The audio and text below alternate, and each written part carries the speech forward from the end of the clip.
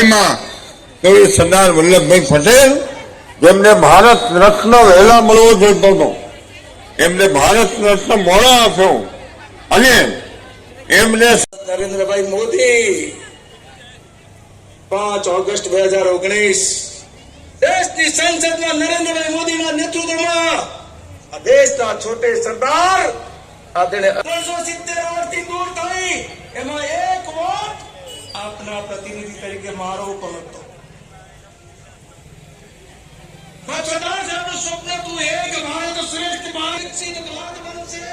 આ અમૃતકાળમાં દેશનો દરેક નાગરિક એક કરીને નાગરિકનું કર્તૃત્વ નિભાવે, રાષ્ટ્ર નિર્માણમાં લાગી જાય.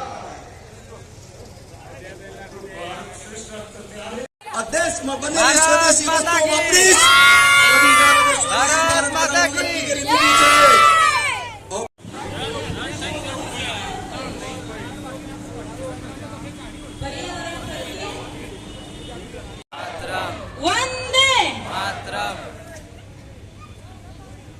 એકવાર આપણા મહાનુભાવોના અતિથિ વિશેષ છે તે આવી ગઈ છે.